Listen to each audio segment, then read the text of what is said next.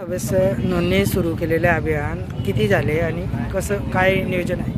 महावीर जैन यांच्या या पवित्र दिनी आज या ठिकाणी शिवसेनेची सदस्य नोंदणी या ठिकाणी होती आहे. त्याचबरोबर युवा सेनेची नोंदणी, महिला आघाडीची नोंदणी या ठिकाणी केली जाते. या कार्यक्रमाला जिल्हा प्रमुख आदरणीय विष्णुभाऊ, उपजिल्हा प्रमुख पाटील, तालुका प्रमुख आदरणीय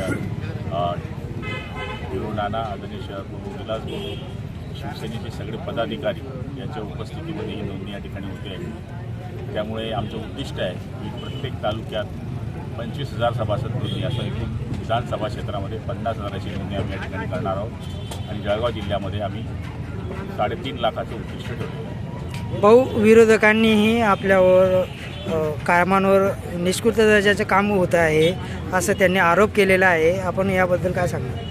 ज्यांचे 20 सीट आले त्यांनी काहीच बोलू नये. आमचे 60 आले, त्यामुळे नोंदण्याचं कार्य किती मोठं आहे लोकांनी निवडणुकीने दाखवून दिलेलं आहे. सरकार आमचं आहे, मी मंत्री आहे, मी आमदार आहे. जे आमच्यावर टीका करत आहेत त्यांच्याकडे तर उमेदवारही नव्हता.